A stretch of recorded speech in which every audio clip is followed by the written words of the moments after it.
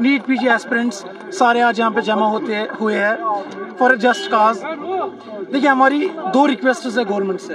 Number 1, देखिए पहले जो बिफोर 2018 जो नीट पीजी होता है, स्पेशलिटी कोर्सेज होती है MD-MS, इनके लिए SRO 49 होता था, रूल 15 के अंडर गवर्न होते थे। इसमें होता था क्या कि जो ओपन मेरिट की सीटें स्पेशलाइजेशन में है वो ऑलमोस्ट 75% होती थी। इसके पीछे रीज़न था।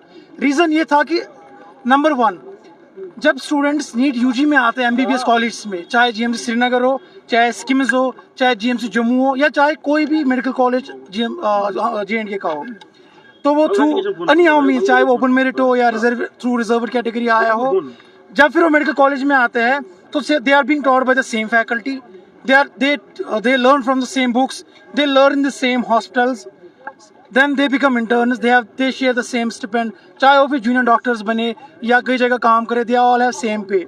बाद में स्पेशलाइजेशन कोर्स होता है जिसे हम MD-MS कहते हैं।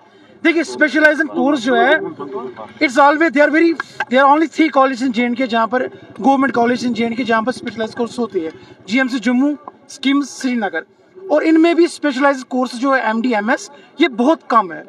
इसीलिए इसके पीछे हिकमत रखी गई थी कि इसमें एक कॉम्पिटेंट जो डॉक्टर हो, लेवल ऑफ नॉलेज हो, वो स्पेशलाइज कोर्स में ज़्यादा जाए, because ultimately they effect the health care directly.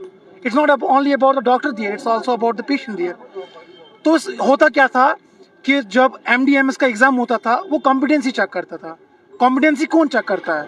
ये चेक करता है एक एग्ज़ाम, एक नीट पीजी एग्ज़ाम। तो बिफोर तो 2018 SRO 49 जो था इसमें ओपन मेरिट 75% था, बिकॉज सीटें ऑलरेडी कम है। तो जो कॉम्पिटेंट है, वेल विद नॉलेज, कॉम्पिटेंट है, that is which is determined by the NEET PG exam, वो जाते थे स्पेशलाइज्ड कोर्सेज में, because it also affects the health care.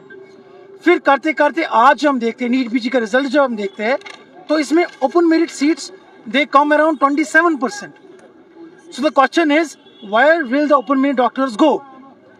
एक 90,000 वाला रैंक जिसको ऑल इंडिया रैंक आई है वो एक ड्रीम कॉलेज, ड्रीम ब्रांच ले रहा है नंबर 1, और जिसको 3 डिजिट रैंक आ रही है ऑल इंडिया रैंक, वो अपनी ड्रीम कॉलेज, ड्रीम ब्रांच ले ही नहीं रहा है।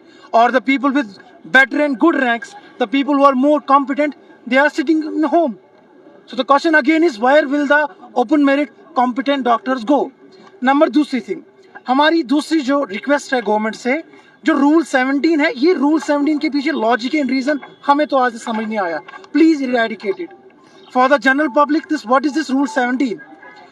होता क्या, अगर एक स्टूडेंट जिसके पास कोई भी कैटेगरी है, वो फॉर एग्जांपल GMC अनंतनाग में UG, और ये पूरी इंडिया में सिर्फ जम्मू एंड कश्मीर में है, and in health care only, NEET UG, NEET PG।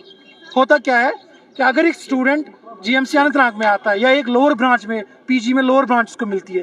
देखिए PG में भी सेम नहीं होती है सारी ब्रांच, कुछ क्लिनिकल है, कुछ नॉन क्लिनिकल है, and they are determined by the rank. So होता क्या है कि इस रूल 17 की वजह से उसकी अपग्रेडेशन हो जाती है, वो आता है, उसकी स्कोर ठीक होता है, वो थ्रू ओपन मेरिट आता है किसी कॉलेज में, चलिए आ गया GMC अनंतनाग में आ गया। बट रूल 17 क्या होता है कि इसकी वजह से उसकी अपग्रेडेशन होती है किसी ब्रांच में या हायर कॉलेज में।